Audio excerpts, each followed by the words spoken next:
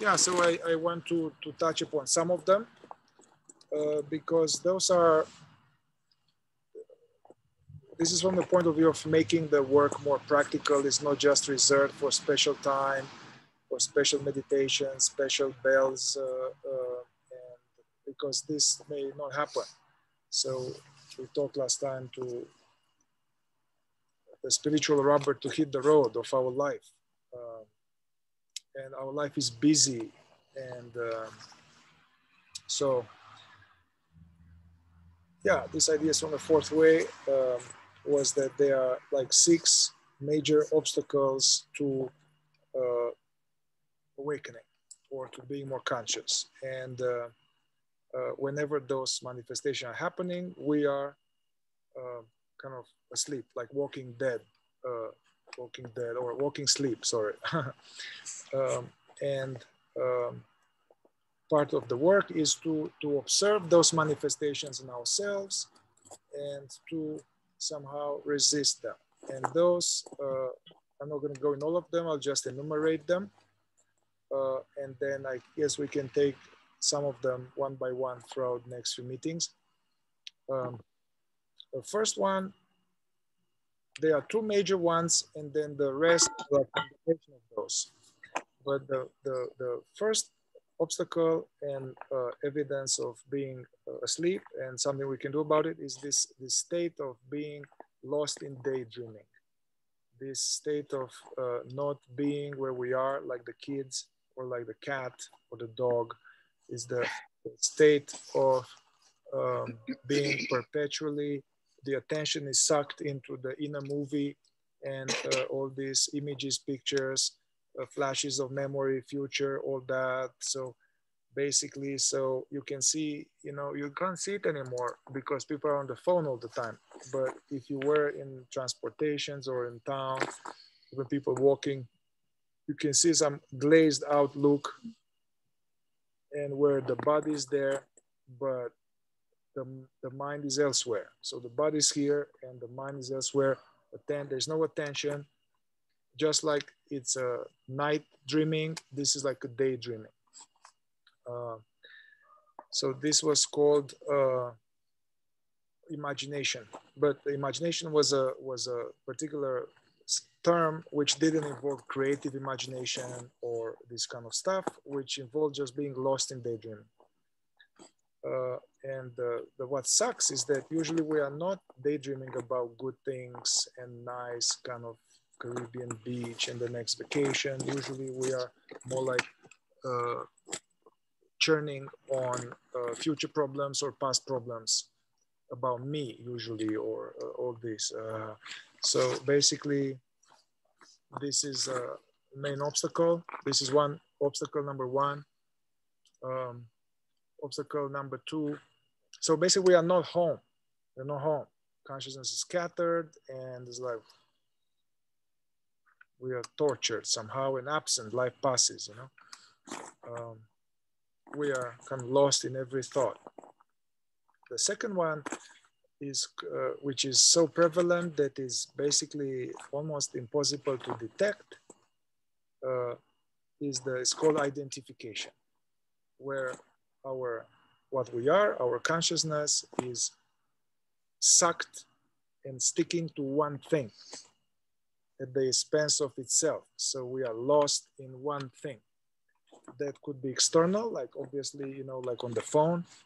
Basically, it's all the attention is there. We are unconscious of anything else, unconscious of our own being.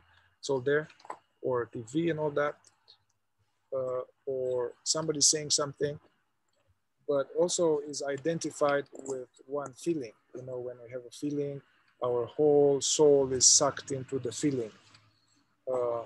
So identification, this is very big. It's ultimately the identification consciousness with the body, basically believing to be one thing. And that thing actually is an object. It's a feeling, a perception, a story, sensation in the body. So we are lost in our experience, you know? And because these feelings come and go all the time, stimulus response. You know, if somebody's nice, we have like a yummy feeling. If somebody says something, then we have a bad feeling. So these feelings change all the time. So then we're all the time like up and down, up and down. Yeah.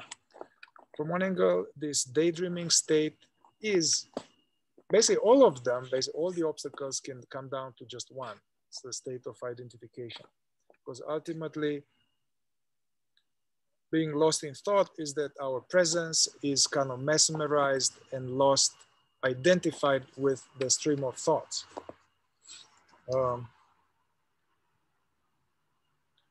So part of the work is to develop this ability to diminish identification and to not be lost in our feelings, not be lost in the experience. So we are home. Okay. Number 3 was an obstacle would be being identified and expressing negative emotions, which can take the form of, you know, like shouting or cursing or, you know, external manifestation. But some of us are really nice and they don't make any sound, but we are expressing negative emotions internally in the form of these kind of negative thoughts. It's kind of going inside and churning the negative emotions, being like frustration, anger, fear, any of these feelings, resentment, shame. Basically, in the 4th way, they were saying that expressing negative emotions is the easiest thing. It's the most mechanical thing, basically. And in order to actually do that, it is necessary to be identified as them. And then that hijacking us. And the problem with this, the idea was not to suppress them. That's not the way to go. Suppressing them, that's not the way to go, because actually that would blow out more later, and or it goes somatization, go into the bad feeling. So the idea was to witness the negative emotions that we have and observe them. And also negative emotions, they have a lot of juice. Actually, there's a lot of energy, and part of the process of awakening or healing, we need energy. Basically, we need it.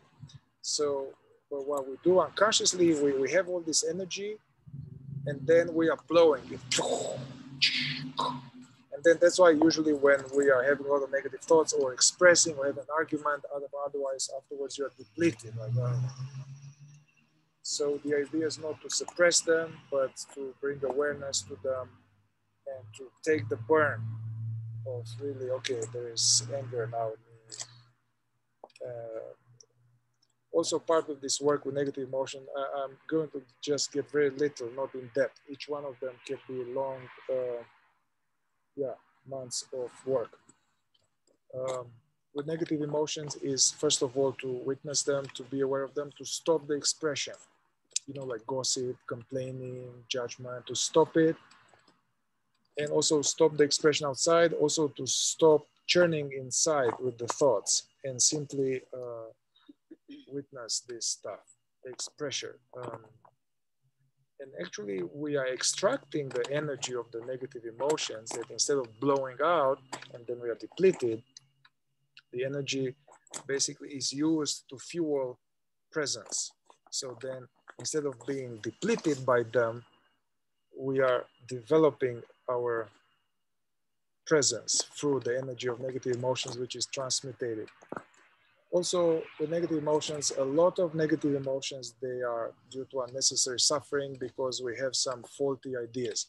So part of the negative emotional work is to disassemble some attitudes that we have.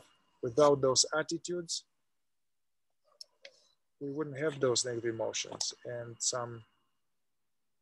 we have this, I'll give you some example of corrupt mental attitudes, which create suffering, is like this, that I feel like this because of that. I'm feeling like this because she did this, or I'm feeling like this because this happened, where basically someone else is responsible for this feeling. And so this is actually not true. It's a very deep understanding to realize it's not true. Actually, you put 10 people, you tell all of them something, each of them will have a different response. It's not what happened that generates the negative emotion, it's how is it interpreted, how it lands, and you know, other attitudes are like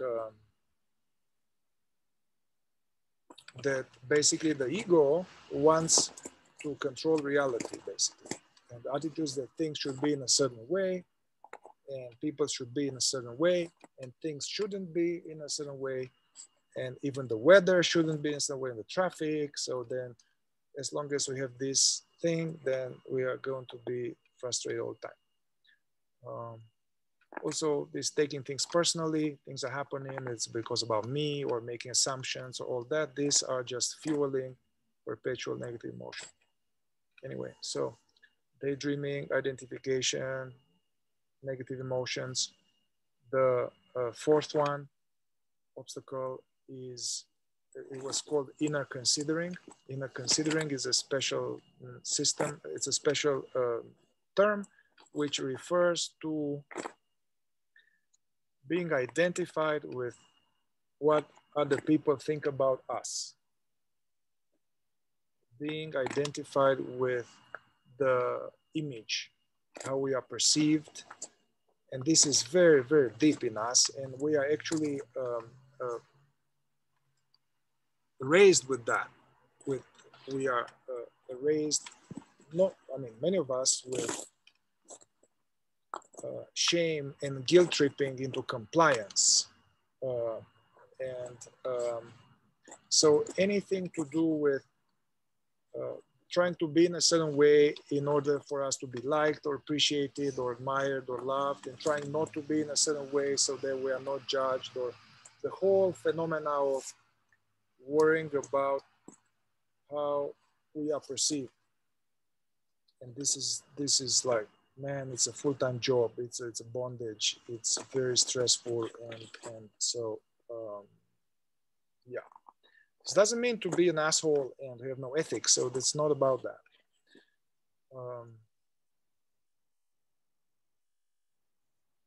The fifth one is lying. And it doesn't mean just lying, that what we call lying usually, that I tell a lie to somebody. So that's definitely part of it. But it is more like speaking about things we don't know as if we know, exaggerating, and also lying to ourselves, basically lying to ourselves and tricking ourselves, deceiving ourselves, all this. That's, lying is very tricky to observe because we are doing it all the time. The obstacle number 6 is, it's called unnecessary talk. Unnecessary talk, which is basically, it's a little bit like daydreaming, but a negative emotion. We are blowing energy, like whatever thought comes along, we just say it, talking for the sake of talking. Bullshitting is just not being able to just be, and all the time chatting, gossiping, and little like, oh, you know, this is a constant, we are blowing our reserves we got from food and air and all that. So this is more like a very basic, zoomed out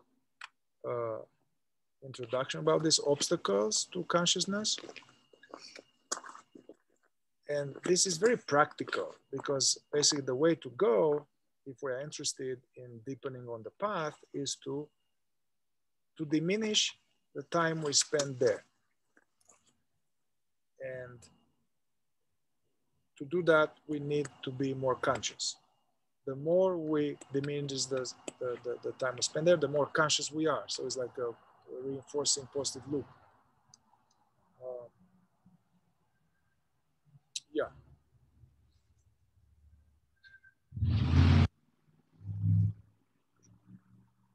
Also in that teaching, they were saying that we can't do anything about this as long as we are asleep.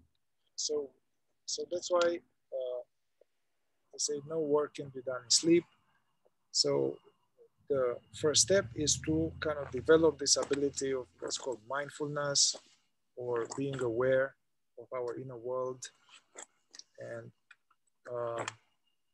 this is the light with whom we are going to observe these things.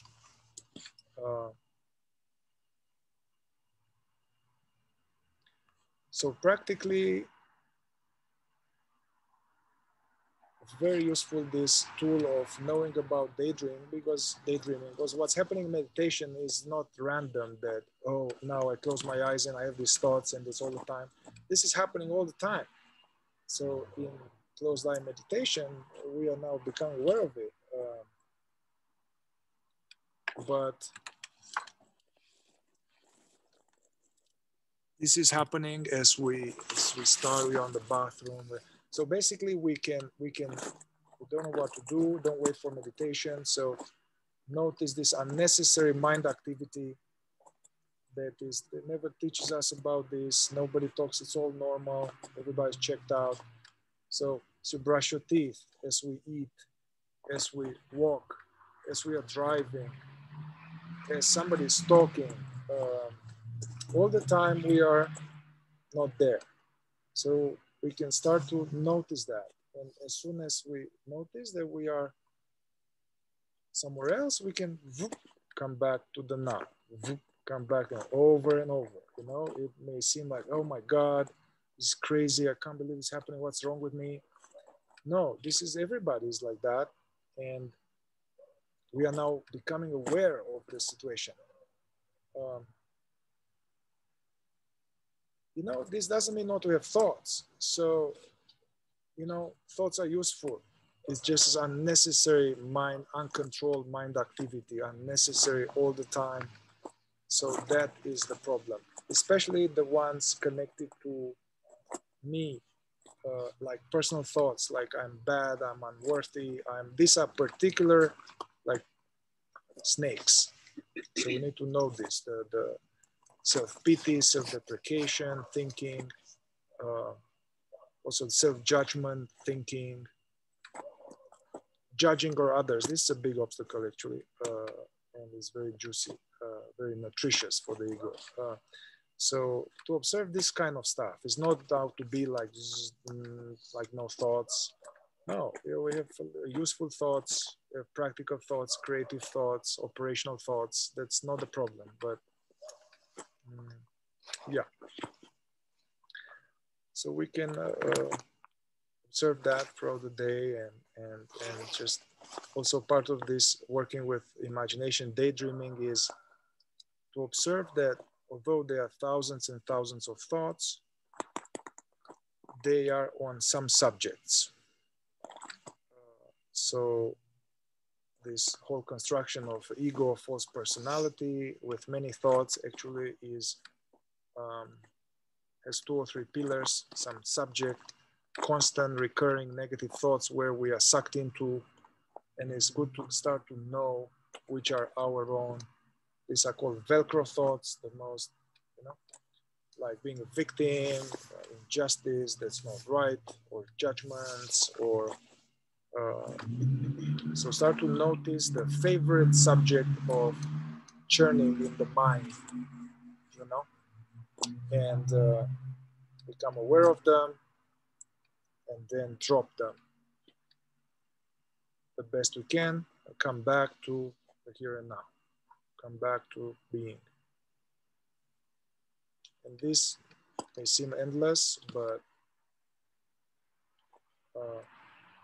truth is on our side. Gradually, if we are really interested, this doesn't work because Mihai says it. So if we are really interested and we understand, there comes more like a love of doing that. We are motivated by being horrified. Like, what the fuck? I'm spending my time. Like, how much time in my day I'm checked out? So without judging myself, just coming back, and we start to get more benefits, more like, oh, more sense of beauty. We are less missing out, less problems. My teacher says there's no problems in the now usually. Very infrequently, there are problems in the now. Problems are usually in the future, which is, future is just images based on the past. There are problems in the past, and there's no past, it's just images, you know.